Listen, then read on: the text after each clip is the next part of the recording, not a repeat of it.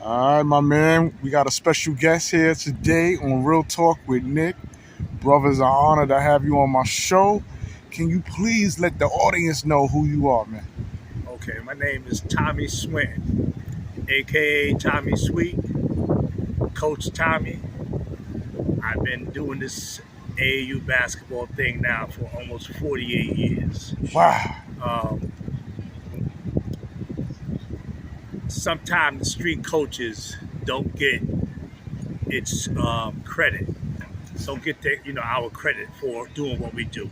Our players that we coach, of course, they all love us and all respect us. But a lot of people don't know who we are. They see us in the street, just seeing us coaching, but they don't really know who we are. You know, um, I've been coaching kids youth basketball from King Towers Project to Morris Park. I worked at Millbank Community Center, Bronx River up in the Bronx Community Center. I ran a program out of LaGuardia House for years. I did all these in the time I've been coaching basketball. And you also did Rucker. And I also did Rucker Okay. Park, Home Cone Rucker. You know what I'm saying? I like to consider Rucker as like people. Is that the Madison Square Garden? Outside of Madison Square Garden? No, that's not the outside square basketball part. Rucker is really home cone Rucker. You understand? Like home cone Rucker is really Morris Park, Dykeman Park, Riverside Park. You had a home cone Rucker for youth basketball that was a real stronghold in basketball in New York City. Street basketball. Every kid grow up want to play in home cone Rucker. That was the youth basketball from Rucker Park. Okay. It was the youth basketball from Rucker Park. All right. So you grew up playing in one and moving on to the other. Okay. You know? So my question to you, brother, is what made you get into coaching? My coaching thing came in for me growing up in the streets, quitting school early, and not able to receive the rewards that basketball can bring you. Because I quit school early. I played high school basketball for Charles Evan Hughes, high school, and I didn't want kids in my community to not have this opportunity or not know what the basketball could bring you, or could get you from out of our communities. This community, I grew up in the 60s and the 70s. You know what I'm saying? I mean, when you have a chance to escape your community or escape your surroundings. Because community to me, Harlem was always Harlem to me, and Harlem was never bad. I'll be honest with you. Okay. You know what I'm saying? I love Harlem, so I can never say, I shouldn't say escape your environment, because it wasn't about the environment. It's about who you were and how you grew up. Okay. How you grew up. You know what I'm saying? I mean, if you grew up rough and you needed to escape, basketball was a way to escape your surroundings. Right. And I wanted kids to have that opportunity. So that's why I got into coaching youth basketball, so I could bring these kids along, make sure that they're staying in school, doing what they're supposed to do at home, so they can get the rewards that basketball brings. In my case, it was from public school to Catholic school, receiving Catholic school scholarships, and from Catholic school or public high school, because all kids never, didn't receive a scholarship to go to a Catholic school. Right. So from public school to high school and getting a free ride to college, I understood that, basketball could save a lot of parents money, just by playing basketball and earning a basketball scholarship. Right. Which I help a lot of players do. Okay. I help a lot of players do. I've been coaching basketball for over, like I said, over 48 years. Okay. I coached at the Gaucho basketball program for 35 years. And during that time that I was at the Gaucho program, after I started my program, I went to the Gaucho program for 35 years. That program, I helped a lot of kids move on, get better, and just grow up as young men. Like, like doing good things in life. Good things in life. A couple of kids make the pros. I was about to ask you that. Who were some of the players that you coached that went on to the NBA? That went on to the NBA. You have players like that I coached. Players like Dakari Johnson, Jerry McCullough, Adrian Autry. It's a few more. I can't give Kevin Williams, right? Kevin Williams also. Kevin Williams was one of them.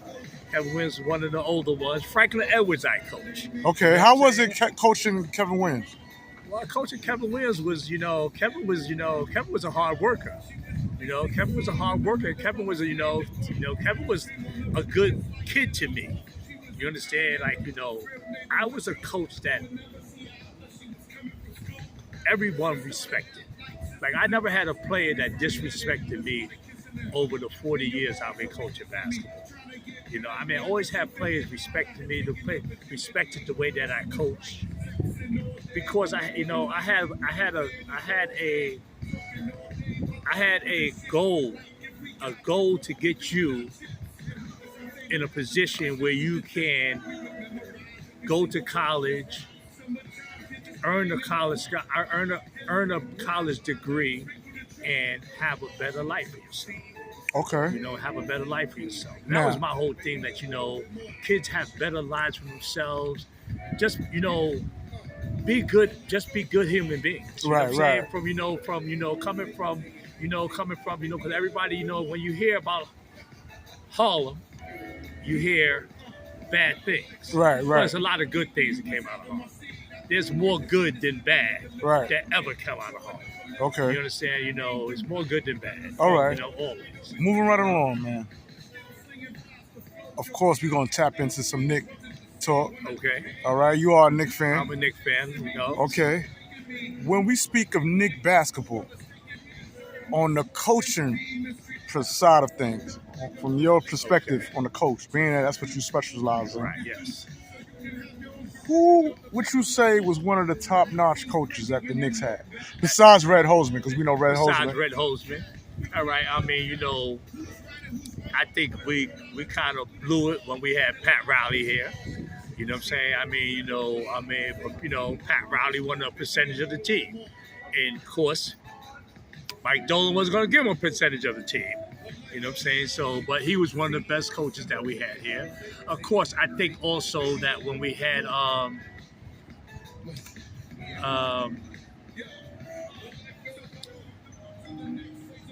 what's his name? The commentator now. Oh, Clyde Frazier? Not Clyde Frazier. Hubie Brown? Hubie Brown was one of the top coaches that we had here also. Hubie Brown. And I thought that, what's the commentator that commentate with Mark Jackson all the time? What's his name? Van Gundy. I think Jeff Van Gundy would have been a good coach still in New York, had he, had the, the time and the opportunity to, to stay and prove himself. I think these guys are more, a guy like Van Gundy is more in touch with younger players.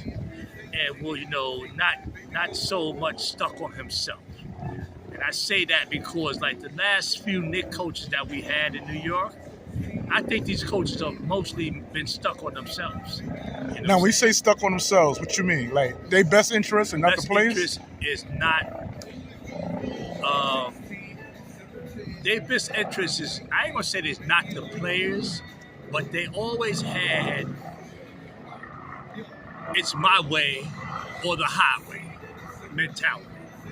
You understand? That's that's what I get from the last 3 coaches that we had. Started with Dan Antonio. I'm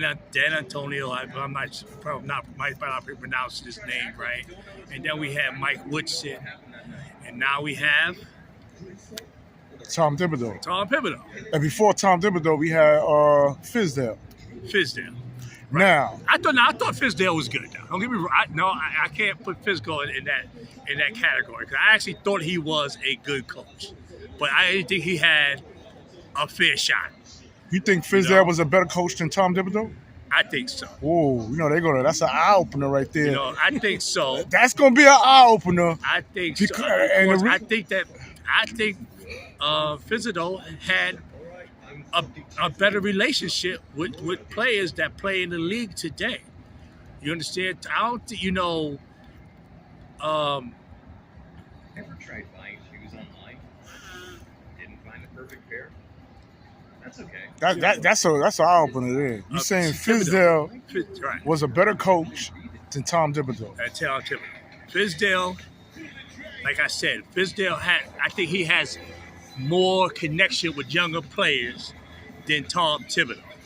I think Thibodeau is a coach like myself. I have a system. I run my system. If you want to run my system, you play for me. If you're not going to run my system, you don't play for me. And that's the way us guys who've been coaching for a long time, that's the way we have. You know what I'm saying? So what's your system? My system is, my team play defense. My team play defense. I have a team concept of basketball. I have a team concept, of basketball. So I have a team concept that I put out there that it's not one player. It may be one player running my team, but it's the team concept. I have no one guy. I never coach that way. I never coach with just this is my guy, this is who we going with. I never coach basketball in that style, I always coach team basketball. So that's all I know is team basketball, how to coach 5 guys on the court playing together. That's how I coach. Okay, being that we on the subject of coaching, right?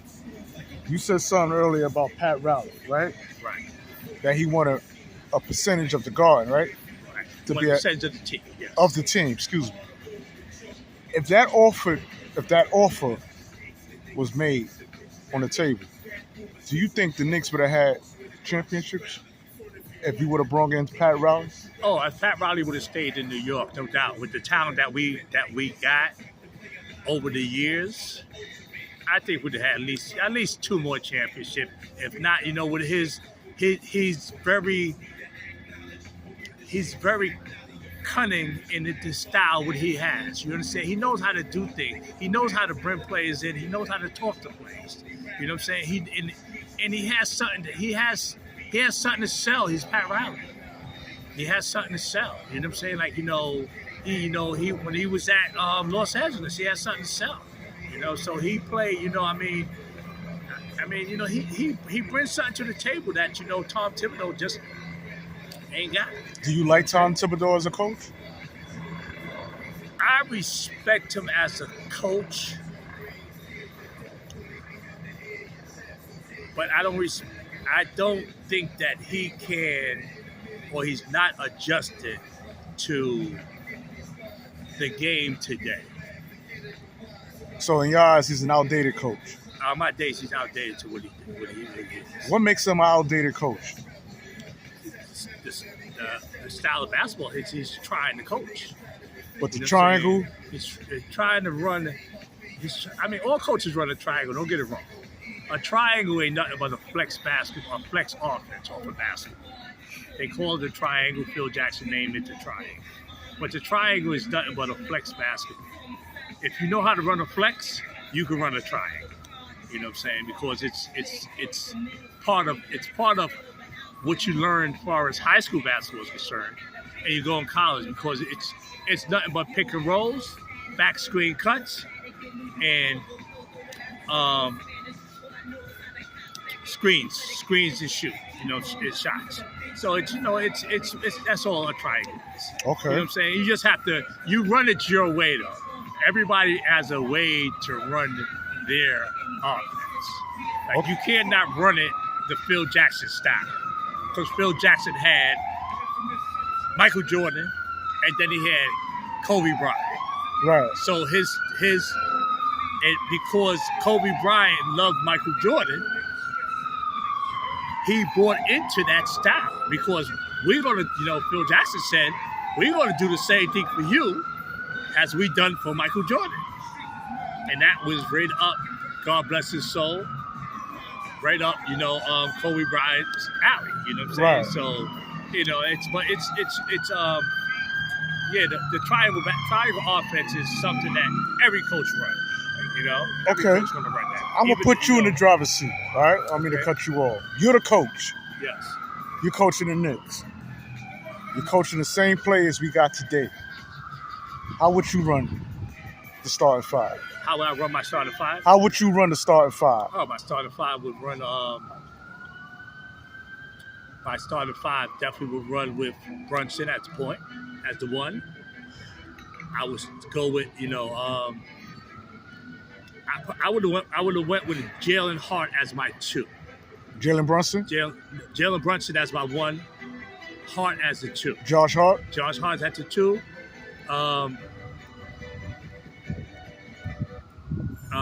Barrett been my three, and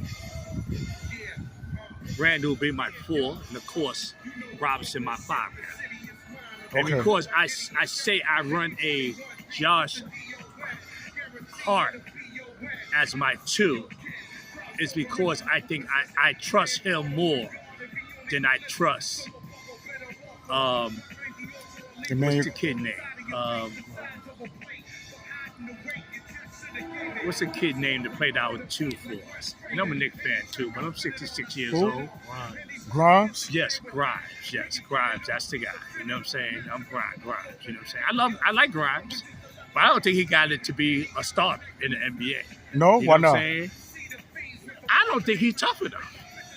You know what I'm saying? I don't think he has that toughness to be a starter. You're gonna win the NBA. You need guys that when you throw a defender on them, they're gonna respect. They're gonna respect. They're not gonna run you over. They're not. You know what I'm saying? They're gonna respect you. You know what I'm saying? You know what I'm saying? They know that. You know what? This kid might not. He's gonna bag me when I go to the basket. Grimes didn't have that. It's no one who's afraid of Grimes. You know what I'm saying? There's no one who's afraid of Grimes. I know Thibodeau says, "Oh, he's a defensive guy." He's a defensive guy, but he ain't that defensive dude. You know what I'm saying? He's Right. not that dude. That's defensive dude. You know what I'm saying? Josh Hart is that defensive guy. We've seen that in the playoffs. Do you think Josh Hart is worthy of getting the bag that he got so quick? No pun intended, before Emmanuel Quickly.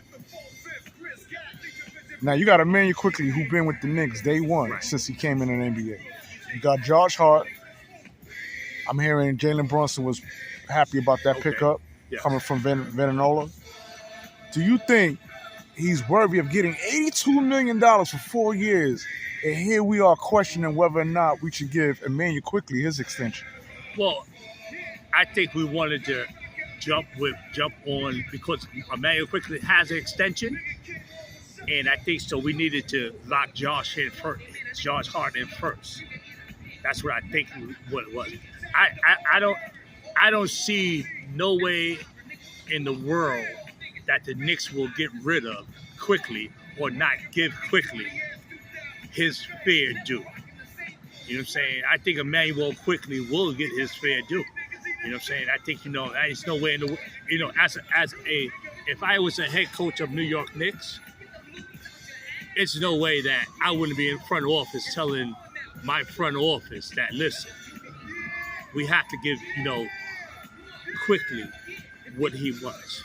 Or we have to get quickly top dollar for where he's at right now. Right. Because you know what? He's already sixth man in the NBA. He didn't get it, though. He didn't get it, but I thought he should have got it. No doubt about it that I thought he should have got it. And then if you're a Knicks fan, you knew that he should have got it because they gave it to the cat from Boston, right? Right. The cat who came back after he got hurt, right? Right. The cat who couldn't hit 4 points a game after he came back off his injury. You understand? Emmanuel quickly came back. He got hurt. He came back off his injury and was still spot on. You understand? So, NBA don't look at everything, and I know it was too late to probably look at that injury from the cat from Boston. You understand? But after we looked at it, after we seen the playoffs, we see like, why this dude get sixth man of the year?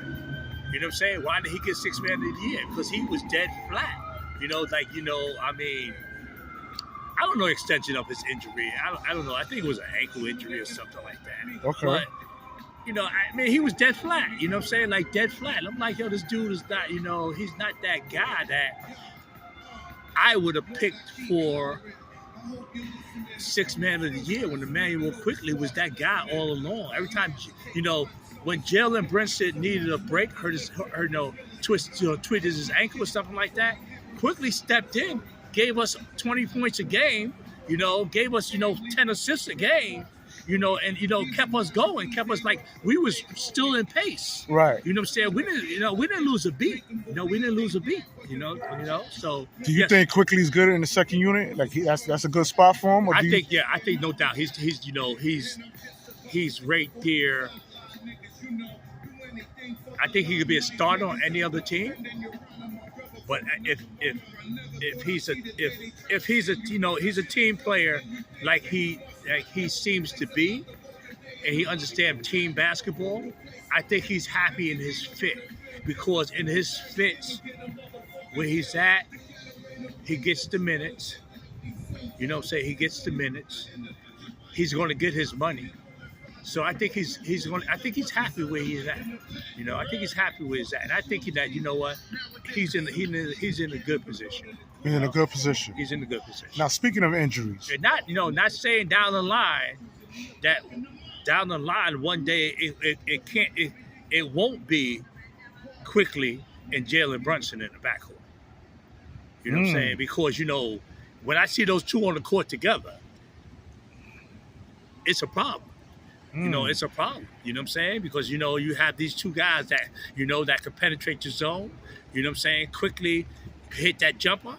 You know what I'm saying? He's good on defense. You know what I'm saying? So now you got two tough dogs on defense in your backcourt. Okay. You know what I'm saying? So I won't rule out that, seeing that in the future neither. You know what I'm saying? That, Quickly and Brunson in the backcourt together. Okay. Now you expressed yourself about Emmanuel Quickly, who shouldn't have. You say he was granted in your eyes for the six-man award, the way he bounced back after injury. After injury, yes. Okay. Now, being that you mentioned something about injuries, man, I want to mention another player that's been injured. And he came back, some say, prematurely. When we speak of that, of Julius Randle. Right. How do you feel about Randle, man? Is the division among New York Knicks fans when we speak of this man? I like Julius Randle. I liked him. Right. I like Julius Randle. I love him. I love him as a basketball player. Got the opportunity to coach against Julius Randle when I was an AAU coach. How was that? You know what I'm saying? I mean, it was intense. You know what I'm saying? My team that I coached, the Gauchos, of course, he played with a team out of Canada. You know what I'm saying? And when was this? In AAU basketball. How long ago? I would say, see, how old is, I got to look at it. I got to remember. Well, roughly, my players are. So I would say roughly about 8 years ago. Okay. About 8 years ago. Okay. 8 years ago, 8, 9 years All right, so looking back to where he's playing today, are you surprised about the growth? I'm sorry, I said Julius Randle played with a team out of Canada. No, he played with a team out of Houston. That's what I meant. Out of Houston. Out of Okay. Houston, yeah. All right. It was Wiggins who played with the Canada team. Okay. So watching his growth, Yes. are you impressed? Is it a standstill? Like, I mean, I'm impressed with his growth. I think that, you know what? I think if he realized what he needs to work on, and as a coach, I'm going to say the things that I think he needs to work on as a coach. I would love to hear this. Case, case guys, I mean, case, I would love to hear this. What Julius Randle need to work on, baby? The whole New York is listening. I think he needs to work on his ball handling first of all. His ball handling. I think his ball handling is real suspect. All right, he gets in trouble. He can't pace himself with his dribble. So either it's full speed or slow speed. But once he's in full speed, if he gets in the trap, he don't know how to step through that trap. He get caught up in that trap. Now, so I think he need to work on his ball handling. Real quick. Yes. Before we continue on what you think Julius Randle needs to work on. When you speak of his handle, do you think that's a top concern being that we got Jalenbrunson? Because before Jalenbrunson came, right, he was playing, what we would consider I think it's point forward. Right. Point forward, yes. So, no, I don't think that. Well, I still think his handle is always a concern because we're playing in the league. All right. And when you got the ball and you on the break, you have to know how to control the basketball on the break. So with us having Brunson now, I think Brunson, there's no doubt about it. Brunson have the ball in his hand. If a guy like Quickly's not on the court, if Brunson's on the court with that starting five I just said, 90% of the time he should have the ball in his hand, coming over half court. Jalenbrunson. You understand? He's a point guard. He runs my show. His ball is in his hand. If you was coaching Jalenbrunson, would he have the same amount of minutes on the floor like as Tom Thibodeau gives him? Because a lot of people say that Tom Thibodeau runs his players down. I mean, if I see it like this here. You know what I'm saying? I think he's definitely a 40-minute guy that I could depend 40 minutes on him. So if I could give him 8 minutes in between the game, you understand? And that I'm saying, like, you know what? It depends how basketball games go. If I give him 4 minutes in the second quarter, if he plays the whole first quarter, I give him 4 minutes in the second quarter, and then he plays, 10 minutes of the third quarter, I give him 2 minutes. And if I could give him 2 minutes and maybe a minute or 2 minutes in the beginning of the fourth quarter, that's all. You know what I'm saying? That's what he'll get because now I need you to finish out the game. You know what I'm saying? I need you to finish out the game. So you got 4 minutes. You come back in the basketball game, 10 minutes left to run the show, the last 10 minutes of the basketball game. We have a facilitator out there. We have that guy that you need to run our show out there. So Julius Randle,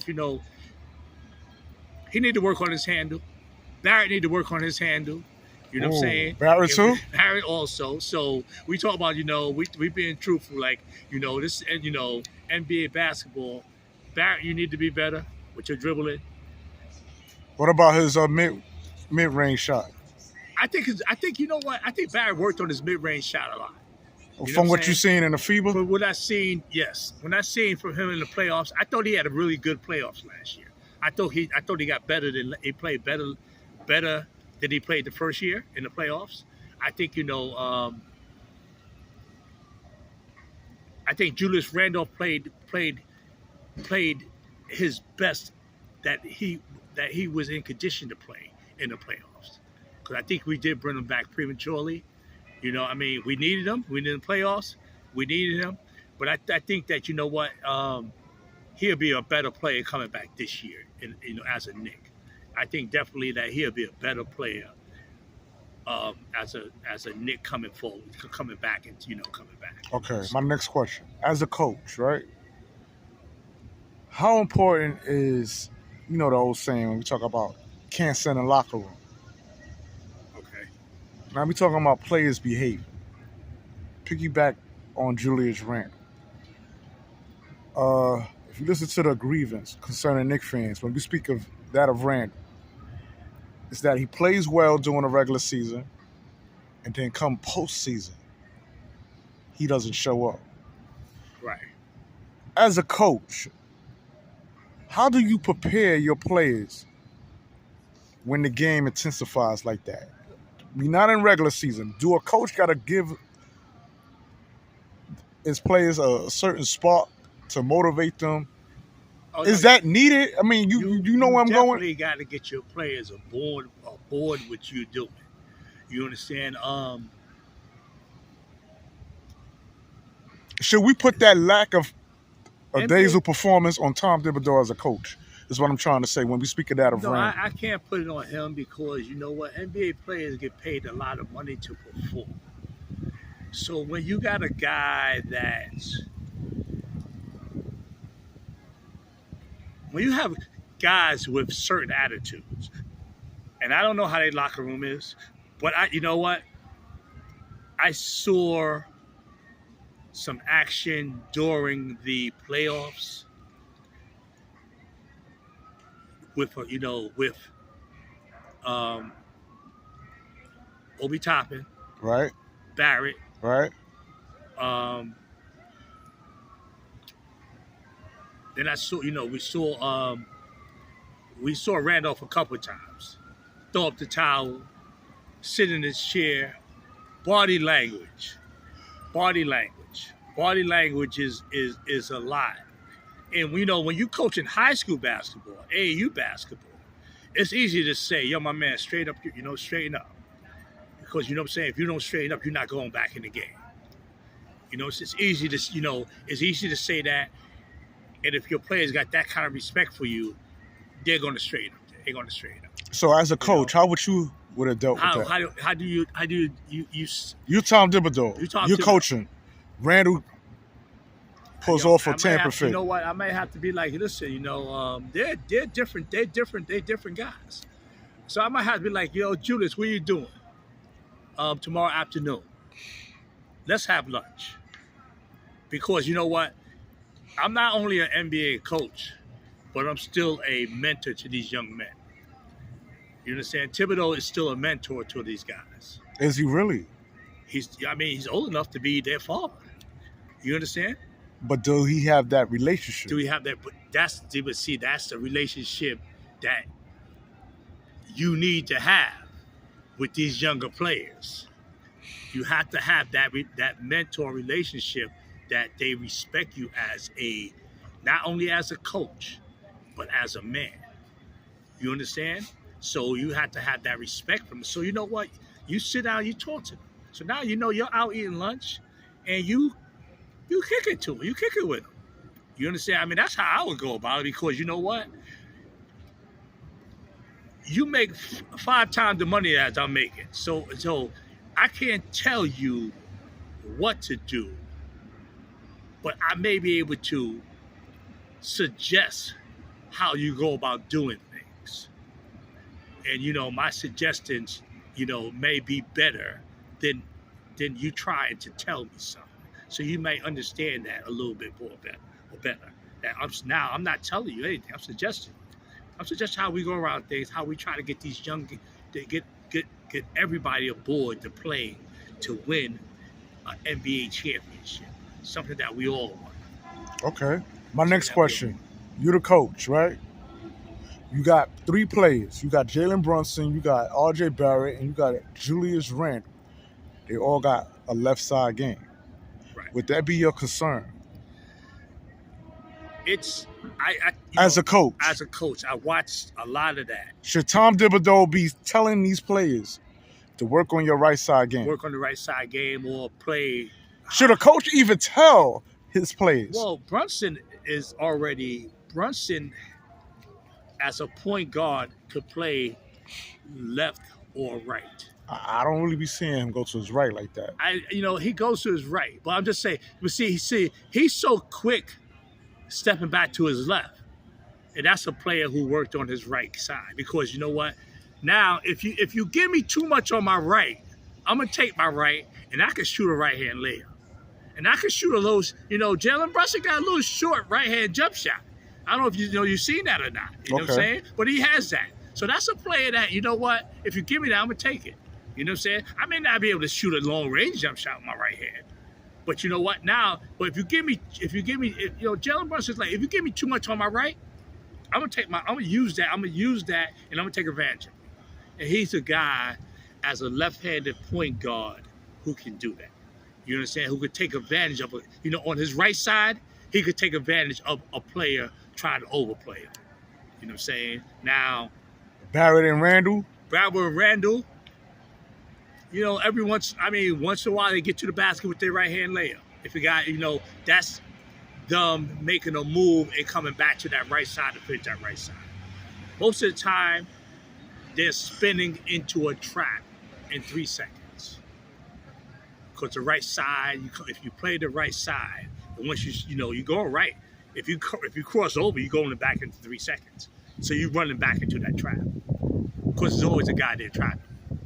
You know what I'm saying? You run right back into that trap as a lefty. You know what I'm saying? So, either you see, and sometimes, I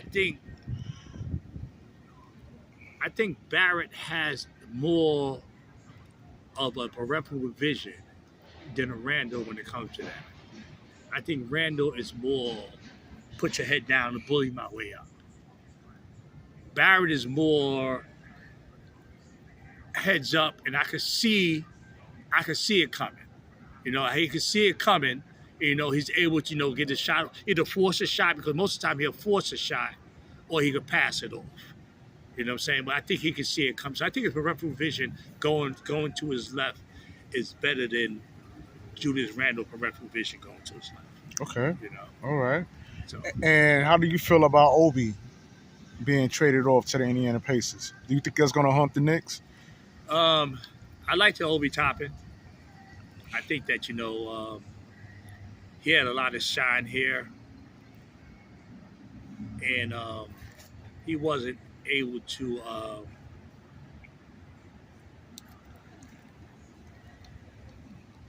He wasn't. I think he want more time, playing time, and when he's playing behind Julius Randle, how much playing time you going to get?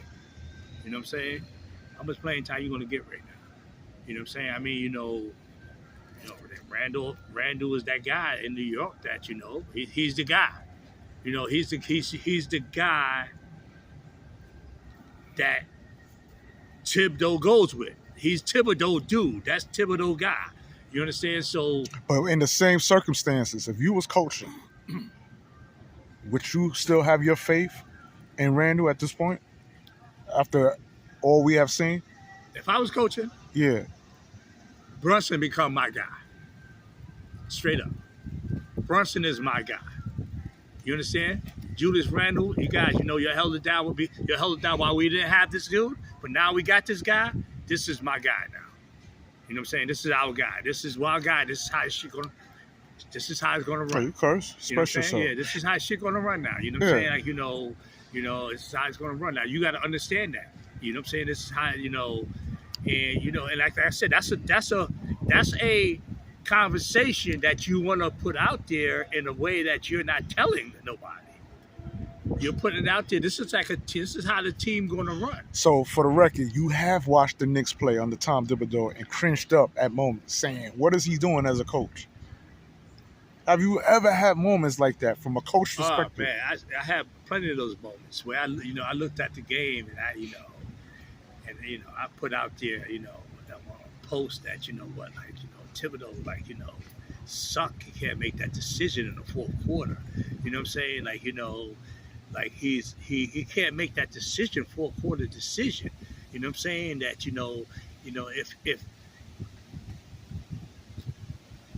if a Barrett or Randle is not giving me what I need, I gotta make a decision to use my younger players, because if I'm gonna lose, let me lose and see what these guys can do. I mean, what I'm saying, if I'm gonna lose, let me see what these guys can do. So I understand Obi Toppin frustration a lot of times when he's sitting on the bench and Julius Randle is not giving us what we need to have. Yeah, he give us 25 and 10 regular season, Right. and come playoffs, he don't show up. And I can see his frustration.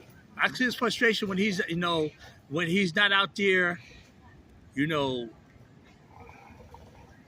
not being his best defender. He's not, getting back after his horrible shot that he threw up. You understand that? I've seen a lot of that in the fourth quarter. And as a coach, I gotta say, you know what? I'm gonna pull you. As a coach, I'm gonna pull you. I don't care how you come back to my bench, angry or whatever. You know what I'm saying? You just lost the ball in transition offense.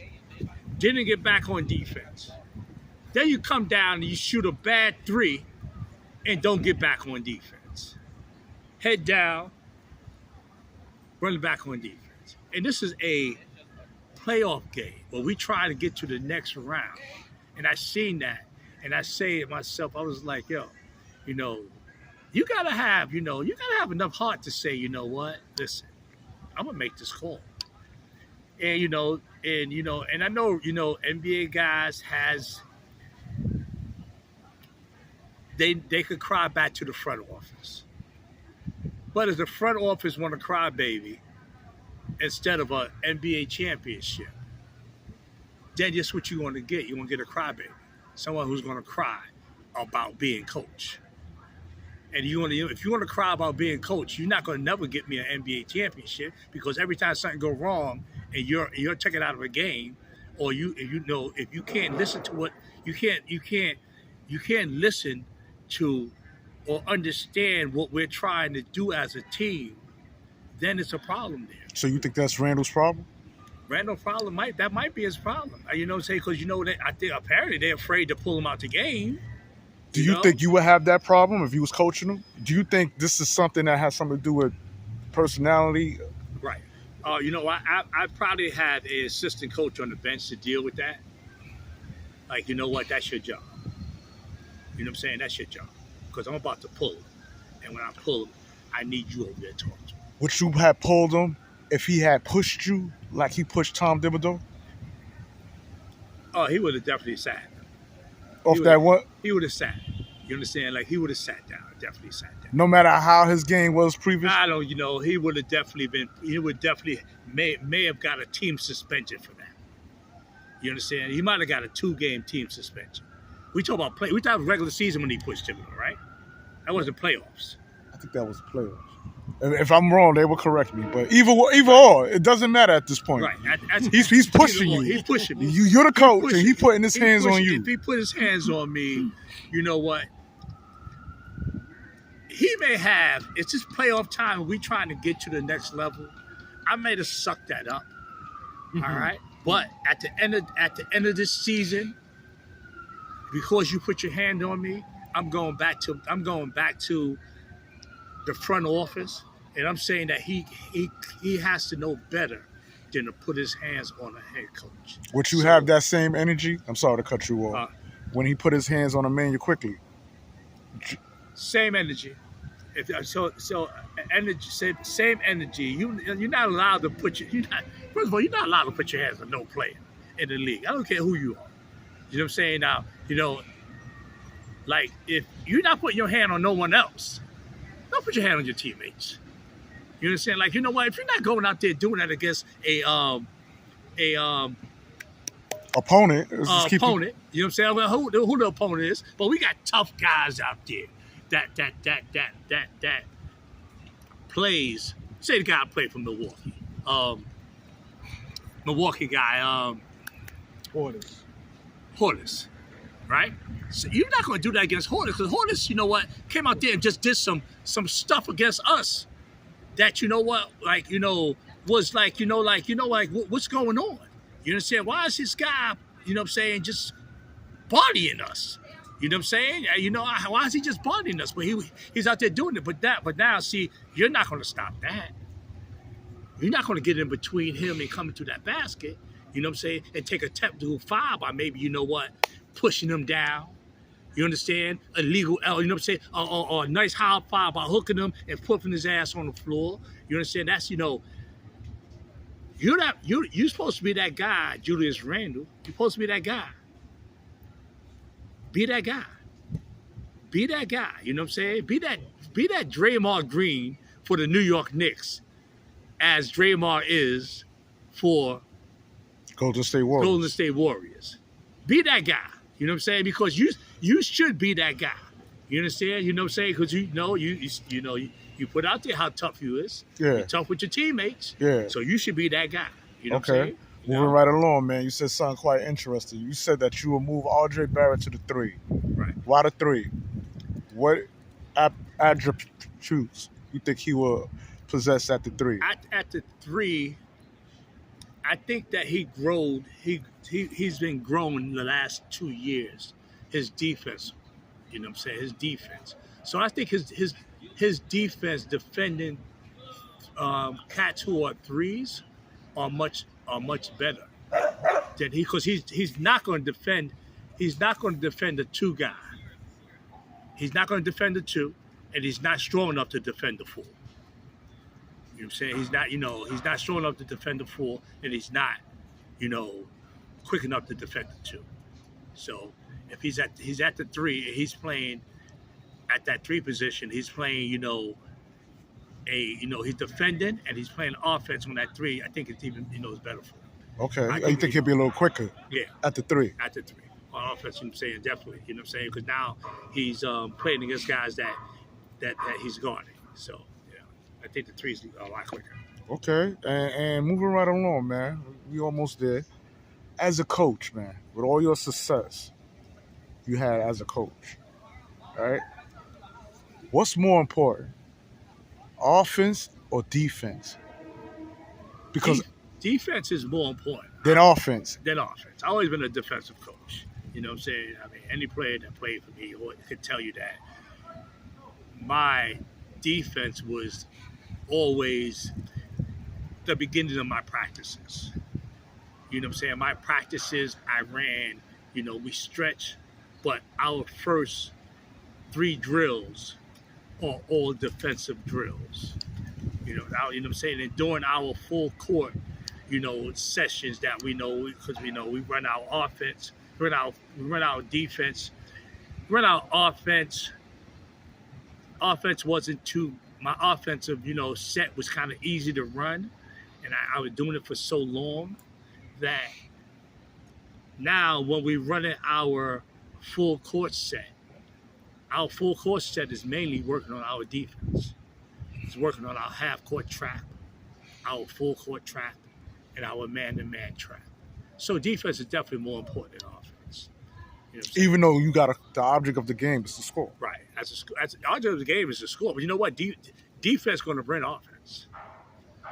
You know what I'm saying? Defense bring offense. When you trap it, you get, you trap it, you get steals. You get fast break layups. You know what I'm saying? So every time you trap it, you get steals. When you play man to man, you get, you can catch a guy in the backcourt man to man, and you get that little Walt Frazier, and you can, and you can come around and wrap that ball around. You got that free, that free layup. You know what I'm saying? So, it's offense. Defense bring offense. Defense bring offense. You know what I'm saying? That's always my motto. You know what I'm saying? Defense bring offense. All right, defense bring offense, man. And I'm gonna sum it up like this, man. We're about to close out, man. When we speak about centers, Mitchell Robinson, Right. and we got the other guy, Hartenstein. Are you impressed? I think our 2 centers are solid. You liked them? I think our 2 centers are solid. You know what I'm saying? Mitchell Robinson only going to get better, first of all. He's only going to get better. He hasn't become that guy yet that... Or you don't think he reached the ceiling? No, he haven't reached the ceiling, no. Because you know what? He's a guy who hasn't developed his offensive post presence yet. Once he developed his offensive post presence, I'm talking about spreading, asking for that rock. You understand? He's going to be a beast. He's going to be a beast because he already got the defensive part of it. He got the rebounding part of it. You know what I'm saying? So as he get older, and he understand the offensive part because he knows it, but he just not hungry for it yet. Well, it's been said that he has a 3-ball arsenal that Tom Thibodeau won't let him illustrate. You don't want him to shoot behind the arc. Okay, He say he can shoot the 3. Like in practice, he does it, right. but in the game, maybe he needs He just to go. He may be that type center. You know, hey, all the young boys are doing it now, right?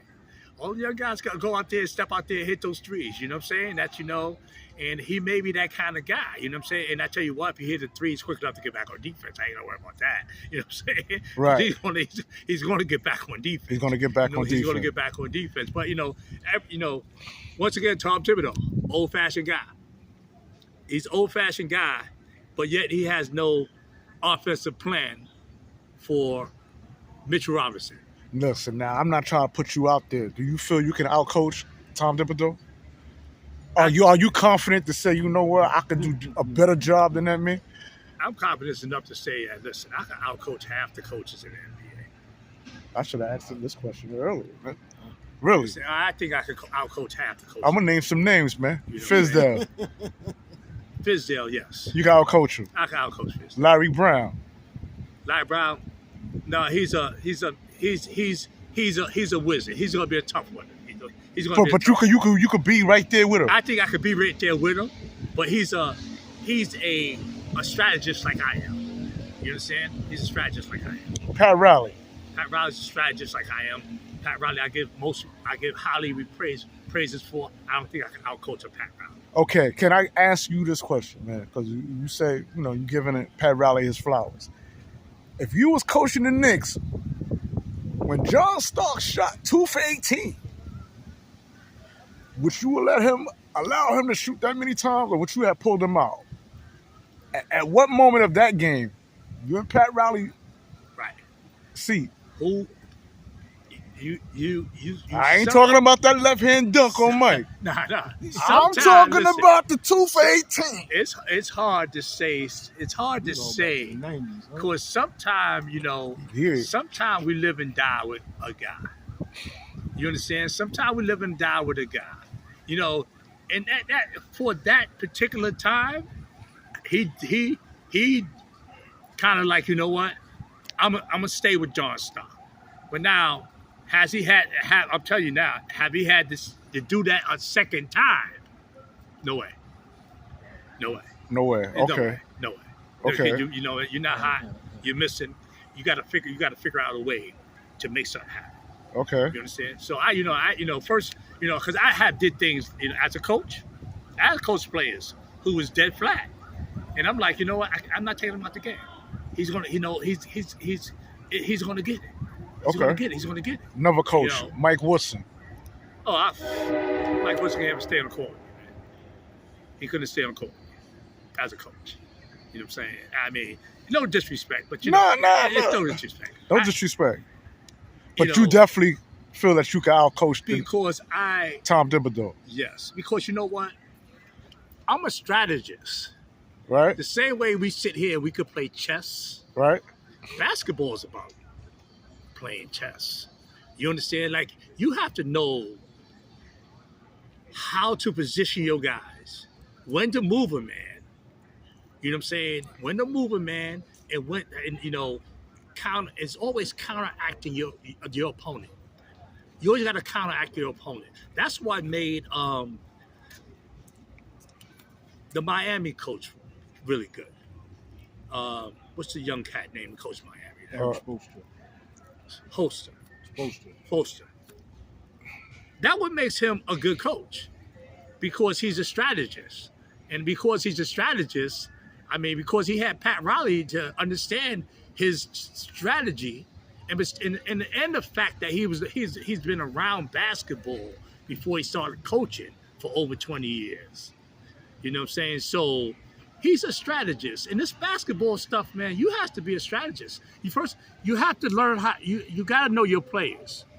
So you have to know your players. And so you saying basically developing a relationship off the court with your players, or, you know what I'm saying, or on court with your players, but you got to develop a relationship with them, and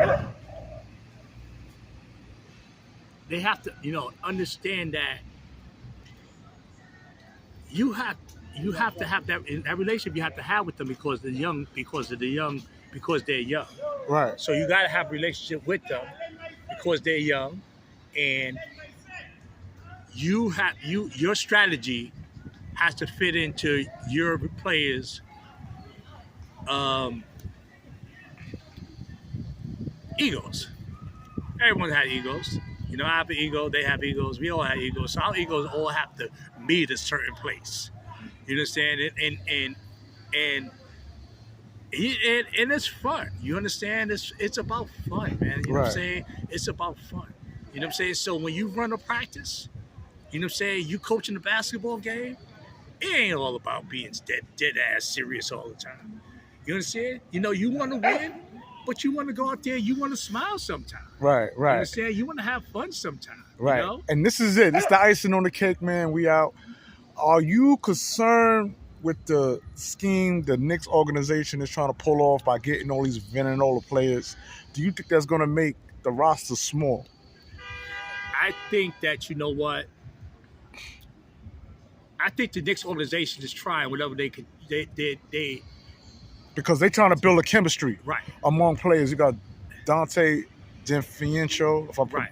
You got Josh Hart. You got Jalenbrunson. Right. They even trying to find a way, if it's possible, to bring in Mikal Bridges from the Brooklyn Nets, who also played them. Played over Villanova. So is chemistry trumps talent? Just knowing each other? Because like you said, the relationship. No, I don't. I think you got to have talent in the league now to win. I think you got to have talent to win out in the league. And not that these guys are not talented. I think that, you know what? With the talent that we have in New York, we have 2 All-Stars with Jalen Brunson, should have been an All-Star this year, Julius Randle, and hopefully we bring in one more. Somewhere along the line, we bring in one more All-Star to our team. So now if we got these guys that you consider like chemistry players, to me, they're role players. And they play roles, and I think they understand that they coming in as role players. So if you bring them in as role players, and they understand that they're going to be role players, I think that we have a good shot of building something around that. You know what I'm saying? Around these guys. You know what I'm saying? Because now we got chemistry guys. They're chemistry and they're role players. You know all right, y'all, and that's what it is. We got the OG Tommy Swinton. Tommy Sweet, Coach Tommy Sweet. Oh man.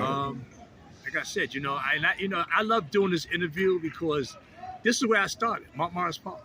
All right. Like, this is where I started, Montmorris Park. And that's where we at, man. We out. Peace, man. All right, baby.